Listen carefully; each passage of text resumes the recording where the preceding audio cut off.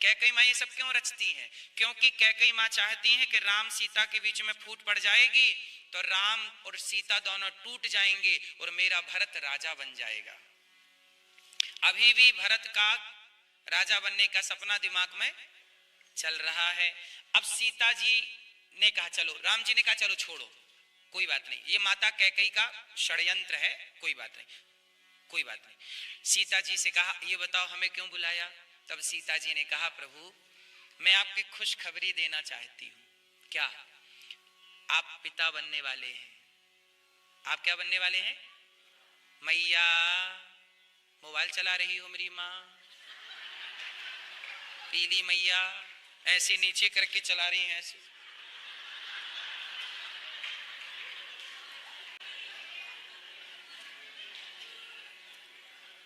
सुन लो मेरी माँ, समझ नहीं आ रहा है क्या? सुनो, अब सीता माँ ने क्या खुशखबरी दी राम जी को? आप क्या बनने वाले हैं? अच्छा, जब एक पत्नी पहली बार अपने पति को ये मैसेज देती है, संदेशा देती है आप पिता बनने वाले हैं, तो राम जी बहुत खुश हुए। हर पुरुष खुश होता है। तो राम जी ने कहा सीता मैं तुम्हें कुछ देना चाहता हूँ। रघुकुल में ये होता है ना कि जब बहुत खुश होते हैं राजा महाराजा तो मैं तुम्हें वचन देता हूँ। तो राम जी ने भी वचन दिया, सीता मैं तुम्हें वचन देता हूँ, कुछ मांग लो, एक वरदान मांग लो। सीता जी बोली कि प्रभु एक वरदान यदि आप देना चाहते हैं तो बस यही वरदान दीजिए कि मैं अपने मेरे बच्चों पर ये कैकई माँ की छाया ना पड़े। मेरे बच्चों पे कैकई माँ की क्यों? क्योंकि देखो ना, हमें और आपको बीच में तोड़ने के लिए रावण का चित्र बना के चली गई। यदि इसके हाथ मेरे बच्चे लग जाएंगे तो पता नहीं मेरे बच्चों को क्या पाठ पढ़ा देगी। इसलिए प्रभु मैं आपसे वचन चाहती हूं कि मेरे इन बच्चों पर किसकी छाया ना पड़े? कैकई की। तो राम जी बोले ये कैसे संभव है सीता, छाया तो पड़ेगी, कैकई तो खिलाएगी, पोता है। राम जी, सीता जी बोली प्रभु मुझे किसी संत के पास भेज दीजिए। मुझे कहां भेज दीजिए? मैं वहां बच्चों को जन्म दूंगी और वहां संत ही पढ़ाएंगे, क्योंकि आपको भी तो संतों ने पढ़ाया है। राम जी को दो लोगों ने पढ़ाया है, वशिष्ठ जी ने और विश्वामित्र जी ने। कितने लोगों ने पढ़ाया है? पढ़ाया तो संतों ने है। गुरुकुल में शास्त्रों की विद्या वशिष्ठ जी ने दी और शस्त्रों की विद्या विश्वामित्र जी ने दी। शास्त्र और शस्त्र, शास्त्र और, तो शास्त्रों की विद्या राम को किसने दी? वशिष्ठ जी ने, और शस्त्रों की विद्या। तो अब सीता जी ने कहा कि वो कौन सा आश्रम है, वो कौन से गुरु हैं जो दोनों एक साथ दे सकते हैं? आपको तो दो गुरु जी मिल गए, पर मैं लवकुश के अपने बच्चों के लिए चाहती हूं कि उनको एक में ही दोनों हो जाए। तो कहां कहां, तो दोनों ने, राम सीता ने प्लानिंग की। कहां? बोले हम वनवास गए थे तो हमें महर्षि वाल्मीकि जी मिले थे। कौन मिले थे? तो अब देखो ये राम सीता दोनों कह रहे हैं, दोनों की प्लानिंग कमरे में चल रही है। कहां जाना है? वाल्मीकि जी के आश्रम में। अब सीता जी ने ये बात वाल्मीकि रामायण में लिखी है कि सीता जी ने राम जी से कहा कि मुझे संतों के पास जाना है ताकि मेरे बच्चों के अंदर संस्कार किसके जैसे आएंगे। ये क्लियर हो गया। अब इसी समय धोबी भाई साहब प्रकट हो गए। कौन प्रकट हुआ? धोबी भाई साहब। अब ये धोबी भाई साहब बीच में कहां घुस गए? धोबी भाई साहब की पत्नी लेट हो गई घर पहुंचने में। पति धोबी भाई साहब बोले कहां थी? बोले मैं वहां रह गई थी। अरे तुम तो, अब मैं तुम्हें स्वीकार नहीं करूंगा, तुम अपवित्र हो गई हो, पता नहीं कहां रह के आई हो रात, मैं तुम्हें स्वीकार नहीं करता। पत्नी राम के दरबार में चली गई, राम जी न्याय दो, मेरा पति कह रहा है कि मैं कहां थी। तो राम जी बोले तुम कहां थी? बोले महाराज शाम को पानी गिर रहा था, मेरा गांव सरयू जी के उस पार है, मैं काम इस पार करती हूँ, तो पानी गिरने लगा शाम को, मैं नाव चल नहीं पाई, तो मैं रात केवट भैया के घर पे उसकी पत्नी के संग रह गई। सुबह गई तो ये कहता है कि मैं तुम्हें स्वीकार नहीं करूंगा, अपवित्र हो गई हो। क्या इतना भरोसा नहीं है? तो राम जी ने कहा धोबी भाई साहब सुनो, तुम्हारी पत्नी है, क्या तुम्हें पत्नी पे भरोसा नहीं है? अरे तुम्हारी ही पत्नी है, तुम्हारे संग जीने मरने की कसम खाई है, इतना तो भरोसा होना चाहिए। तो धोबी भाई साहब बोले देखो महाराज मैं तो गरीब आदमी हूँ, जिस गली से गुजरूंगा लोग मजे लेंगे कि तेरी पत्नी रात को कहां थी। आप तो बड़े आदमी हो, आपकी तो पत्नी रावण के यहाँ थी, कोई सवाल नहीं कर रहा है। मैं तो गरीब आदमी हूं, मेरे से तो 1000 सवाल। अब देखो अपनी बातों में राम जी को लपेट लिया, अपनी बात कर रहा हो, लपेट किसे रहा है कि आप तो बड़े आदमी हो, आप तो राजा हो, आपकी पत्नी तो रावण के यहां महीनों थी, कोई आपसे सवाल नहीं करता। अब देखो, अब सभा में ये बात कही, हजारों ने सुनी, हजारों से लाखों ने सुनी, लाखों से करोड़ों, मतलब पूरे क्षेत्र में हल्ला हो गया कि सीता जी तो रावण के यहाँ थी, पता नहीं पवित्र है कि अपवित्र। तो वहां पे लोगों ने कहा कि नहीं, सीता जी ने तो अग्नि परीक्षा दी है रावण के यहाँ से आने के बाद, पवित्र है। नहीं नहीं, हमने थोड़ी देखा है, आपके पास वीडियो हो तो दिखाओ, हमने तो नहीं देखा। अब मतलब सबको देखना है, मतलब एक सबके लिए परीक्षा ही देती रहे। तुम आओ, चलो तुम्हारे संग, तुम्हारे सामने निकले आग से, तुम्हारे, फिर तुम आओ कि बोले हमने तो देखा नहीं। तो कुल मिलाकर के समाज में ये मैसेज चला गया कि सीता जी रावण के यहां से आई हैं, पता नहीं पवित्र हैं कि अपवित्र हैं। अब ये मैसेज चला गया, मैसेज चला गया।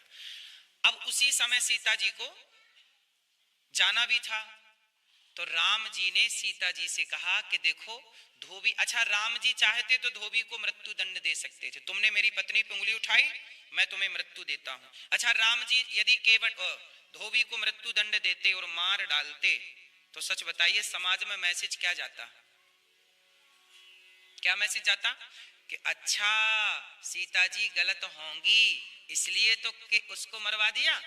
तो सीता जी पे अभी आरोप लगा था, उसे मरवा देते तो वो आरोप क्या हो जाता, सिद्ध हो जाता, बात पक्की हो जाती। अब तो राम जी ने कुछ नहीं कहा, सीता जी से कहा आप बताओ क्या करें। सीता जी बोली प्रभु मुझे तो जाना ही था वाल्मीकि जी के यहाँ, अच्छा मौका है, उसके बहाने आप मुझे भेज दीजिए।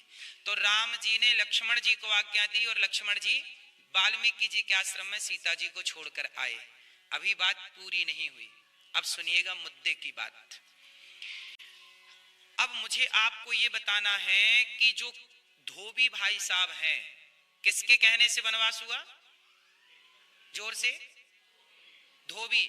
अच्छा ये बताइए, अब यहां सवाल क्या बनता है कि किसी के कहने से राम जी ने अपनी पत्नी को क्यों छोड़ा। अरे राम जी एक राजा हैं, राम जी एक पति होते तो जरूरत नहीं थी, पर राम जी कौन है, राजा। और राजा का धर्म होता है कि वो प्रजा की बात सुने। जब प्रजा में आरोप है, एक नहीं बोल रहा, केवल धोबी नहीं बोल रहा, अब तो पूरी समाज बोल रही है कि सीता पता नहीं कैसी है, तो सबको यही बोलना है। तो राजा का धर्म है कि प्रजा की बात सुने। तो राम जी ने प्रजा की बात सुनी और सीता माँ को सुरक्षित भेज दिया। अब मैं धोबी की फिर बात करूंगा। धोबी जो भाई साहब आए, ये कौन है, धोबी का पूर्व जन्म क्या है जानते हैं। अच्छा धोबी के कहने से सीता जी वनवास गई, तो धोबी का सीता जी से कोई तो संबंध होगा, बिना संबंध के बिना कारण के कार्य नहीं होता, याद रखिएगा।